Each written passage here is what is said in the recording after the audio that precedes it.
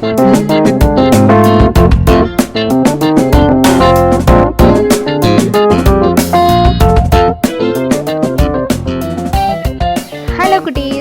To ரேச்சஸ் mythical stories. இன்றைக்கி நம்ம சேனலில் பெட் டைம் ஸ்டோரியில் கதை பார்க்க போகிறோம். கதையுடைய பெயர் மனநிறைவு. ஒரு காலத்தில் மன்னர் ஒருத்தர் வாழ்ந்துக்கிட்டு வந்தாரா. நாடு முழுக்க நிறைய மரங்களை நட்டு வச்சு வளர்க்கணும்னு அவருக்கு ரொம்ப ஆசையாக.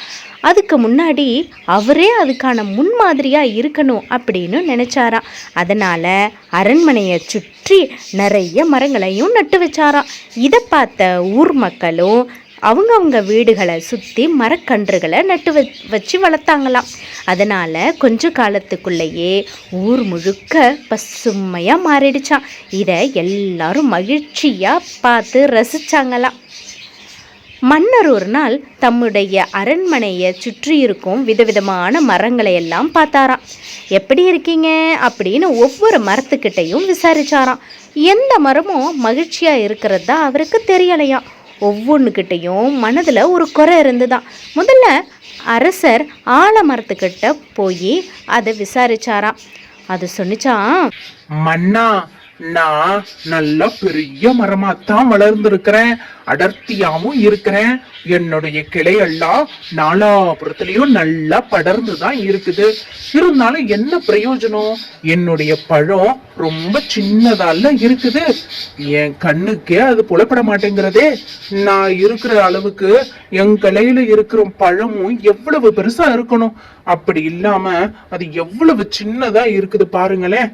எனக்கு பெரிய அவமானமா இருக்குது.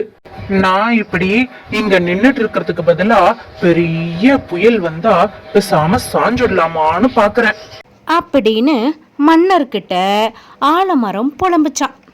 சரி இருக்கட்டும் அப்படின்னு நினச்சிக்கிட்டு மன்னர் அடுத்தபடியா ஒரு அத்தி மரத்துக்கிட்ட போனாரா. அதுவும் புலம்ப ஆரம்பிச்சுடுத்தான். மன்னா, நான் கூட பெரிய மரம்தான். என் இலை அழகா இருக்குது, பழமும் அழகா இருக்குது. இருந்தாலும் சொத்த காயால இருக்கு.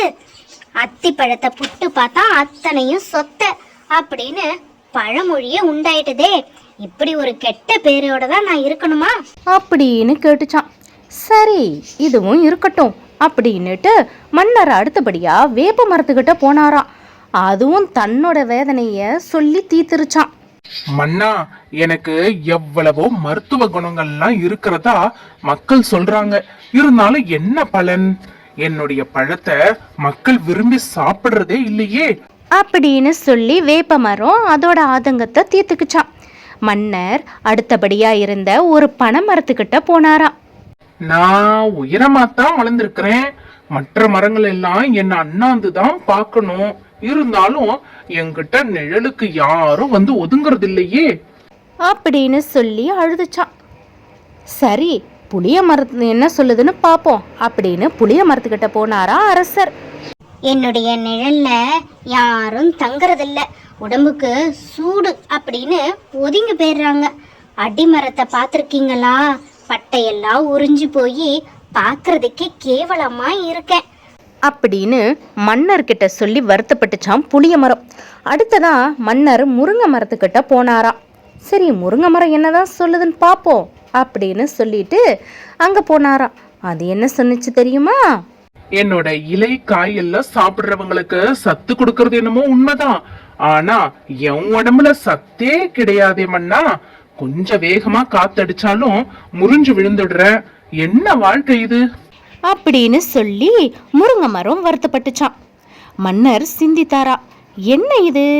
மரங்கள் பூமியின் வரங்கள் அப்படின்னு சொல்கிறோம். மழை பெய்யறதுக்கே மரங்கள் தான் காரணம். அதனால தான் பூமியே செழிப்பாக இருக்குது. வீடு கட்ட, மேஜை, நாற்காலி செய்ய இப்படி மரங்கள் பயன்படுது. மக்களுக்கு வேண்டிய உணவுகளையும் அதுதான் கொடுக்குது. ஆனால் அதுங்க மனநிறைவோடு இல்லையே அப்படின்னு எண்ணினாராம்.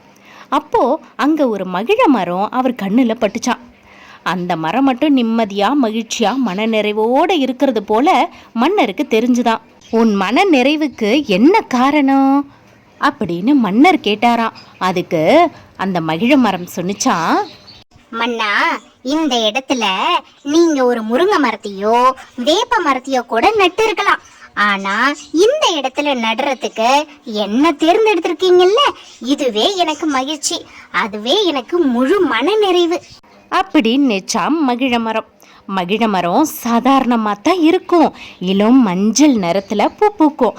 அது பூ காய்ந்தாலும் மனம் ரொம்ப நேரம் வீசும். மகிழ மரம் போல மன நிறைவோடு வாழறதுக்கு நாம் கற்றுக்கணும் குழந்தைங்களா.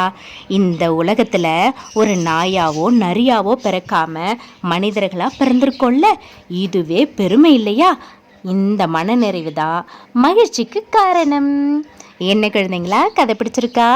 கதை பிடிச்சிருந்ததுன்னா உங்களுடைய குட்டி குட்டி ஃப்ரெண்ட்ஸுங்களுக்கும் கதையை ஷேர் பண்ணுங்கள். சேனலை சப்ஸ்கிரைப் பண்ணிடுங்க மறக்காமல். தேங்க்யூ.